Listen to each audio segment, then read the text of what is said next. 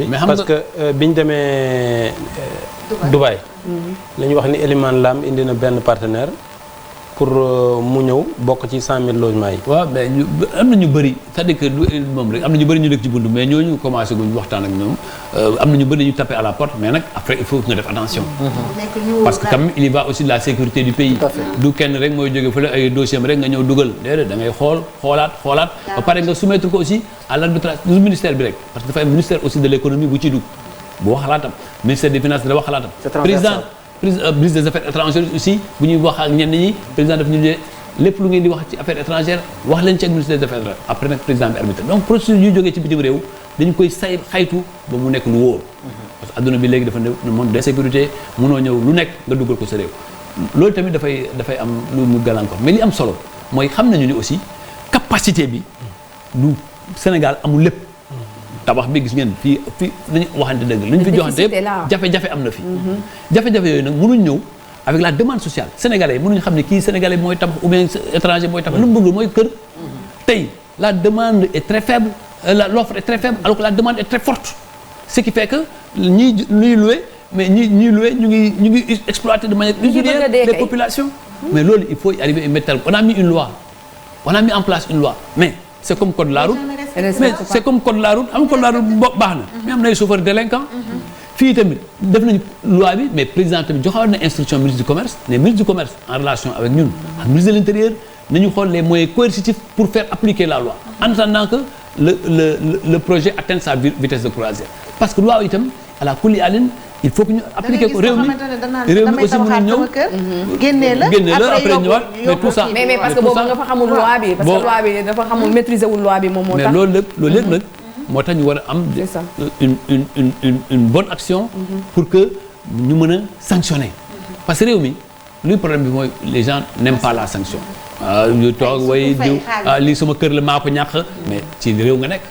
réew mi dafa am droit dafa am obligation ki ngay loué itam du ci réew mi la bokk dafa am ay droit am mais munoo ñëw toog ci kaw droit am pour rek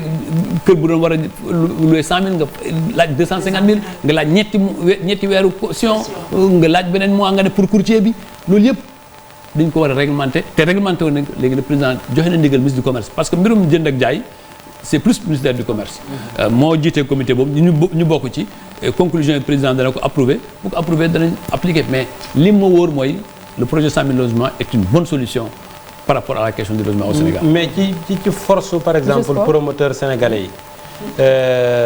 ñi ko seq Dieynaba yow yaa leen gën a xam ba ci HLM ak SICAP ak CIPRES ak ñeneen yi nga xam ne ay promoteurs lañ ñooñu comment ils se sont comportés ci 100 000 logements yi ndax sérieux nañ wane lu leer daal di gaaw a tabax joxe wala mais xam nga ñu bëri seen suuf si dafa am problème voilà foncier bi moo nekk problème ñu nga xam ne ñu yore foncier bi dafa am ay litige yooyu il faut nga régler ko balaa moo commencé muy beneen bi mooy aussi parfois am na ay promoteurs yoo xam ne dañu engagé wu si kayit yi nii mais solvabilité bi des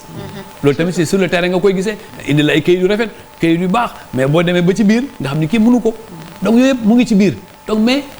ñun gouvernement lañu gouvernement du toog mais maa ngi appel d'offre la na waaw dañu def cahier de charge boobu ku ko remplir am commission après ñu ne kii désigné loolu yëpp nag mais gouvernement mënul toog di seetaan mënoo nag seetaan ñu ne ñun bëgg nañ 100 000 logements ci 5 ans bëgg nañ am 20 000 logements et quelles que soient les difficultés peut-être il faut trouver des solutions solutions yi moo tax ñu ubbeeku ci yeneen réew yi mais yeneen réew yi même bi ñu àndee ni Égypte am na ay promoteurs ñu ñëw ci président Oman ñu toog ñu déglu président ne gestu ci def ci enquête ak affaires étrangères ngeen ñëwaat ci man ñu valider mais li ñu ci valider dañ ko war a def dans un processus transparent mais dans un processus aussi sécure parce que léegi ak xaalis ni muy jaar ak ni muy duggee c'est l'insécurité la mën a créer dans tous les pays et loolu la ñu président di wax nañu moytu ba def ci lu nga xam ne dafay mais justement est-ce que aujourd'hui les promoteurs sont assez outillés tey jii nii pour dugal seen xaalis tey ci programme 100 000 logements loolu laa yaakaar tey dama jàpp ni mën nañ leen renforcer gën a mën leen encadrer parce que quand même créer nañ système bu nga xam ne peut-être que liñ mën a coow te loolu moo amoon indi woon tuuti coow mooy au niveau de la commission bu war a lijjanti affaire exonération yi ñoom dénoncé woon nañ lenteur yi fa am parce que am nañu dossier mais biñ ci wax ak ministre des finances accéléré nañ mbir yi ba commission maa ngi commencé def ay réunion mais projet bu mel ni à la buy juddu mu jafe c'est-à-dire l'accouchement est toujours difficile mais dès que le bébé sortira des entrailles de la maman, donc je pense que ça pourra aller plus loin. Mais monsieur le Je le crois fondamentalement. monsieur le est-ce que ce projet 100 000 logements yi au niveau des régions c'est pris en compte les régions de l'intérieur? Oui, Parce que mais on a c'est- comme en fait, l'impression non, que mais- ça s'arrête à Dakar et à Diamniadio. mais xam nga Très souvent, c'est-à-dire que pourquoi ñu accentuer ko Dakar parce que la demande à Dakar est plus forte. La plus forte. mooy Ok, pôlu daga xool paa bi. Mais le président nous a toujours dit et dans toutes les politiques publiques d'avoir en laisse l'équité territoriale. Et d'ailleurs nous sommes en train de réfléchir au ministère sur l'habitat rural. Parce que l'habitat rural est une vraie question au Sénégal. Parce que boo xoolee tey dëkkaan yi boo demee dëkk yu mel ni ay Kaffrine dem ba ci Malem ba ci Tambacounda feu de brousse yi chaque année mu yóbbu ay kër parce que habitat bi c'est pas adapté mais yooyu nag ñu ngi ci réflexion bi on a mis en place une commission pour nous faire des propositions mais aussi ñu mën a am ay kër yu méngoog seen doole tey boo demee ca Kédougou nga leen kër 12 millions mais mënuñu ko mais comment faire de telle sorte que terre battue. construction bi ànd ak seen mën-mën mais aussi ñu ngi doon waxtaan aussi ak solidarité nationale parce que naka la ñuy def xam nga bourse familiale yi c'est bien mais mën nañ jàpp nañ ni bourse familiale yi mën nañu waxtaan ak ñoom ba ñoom mu nekk seen contribution ñu mën leen tabaxal ay kër yu méngoo ak seen doole mais aussi yu méngoo ak àddina parce que mënuñ tudd habitat rural boo xoolee tey désordre bu ci ne mooy waxuma sa désordre mais dafa xaw a oyof te oyof bi boobu war nañ ko mën a améliorer mais lépp réflexion la te entamé nañ réflexion mbir bi nag mënul ndar xëyul sotti il faut que ñu ànd ceeg lu wóor tabax bi nga xam ne ñu ngi koy tabax ndànk-ndànk mais bu tabax bi jógee Sénégalais dañ kontaan bu soobee yàlla. mais seen ñaari mamel yi nga xam ne ñoom ñoo ci nekk muy HLM ak SICAP ñoom wane nañ ci njàmbarte wala comme d'habitude rek mais non. Non, comme d'habitude. xam nga SICAP président dafa ne promoteur public yi c'est vrai nañu ubbeeku dem ci privé yi mais promoteur public nañ leen préserver moo tax mais président di ba jàpp ni logement dana cher tant que écosystème construction bi changé wuñ c'est-à-dire que tey bu fekkee lu ñuy tabaxee yëpp dañu koy jëli bitim réew jafe-jafe la moo tax président mu ne nañ accompagner l'écosystème lan la ñuy tabax di ko jële bitim réew ay buntu yeeg yenn robinet yeeg carreaux yeeg yooyu yëpp bitim réew lañ koy jëlee. mais fer bi ñun am nañ fii suñu fer am nañ fer mais c'est ça l'écosystème de l'immobilier justement c'est créer des usines aujourd'hui qui permettent de produire le matériel qu'on utilise pour la construction. On sait que c'est dans ton domaine de compétence. waaw mais ministre kon kay man téema jóg. Par exemple bu fekkente ne loolu monsieur intrant yooyu yëpp ñu surtout mais gis nañ par exemple le ciment est encore cher alors qu'on a deux cimenteries ici au Sénégal. et on va vers une quatrième. mais tey la gën a cher. waaw mais d'accord mais loolu yëpp xam nga loolu tamit ciment bi président wax na ci mais am na moment ñu la laaj yokk président moo opposé wu personnellement en disant que si ça continue à faire comme ça on ouvre le marché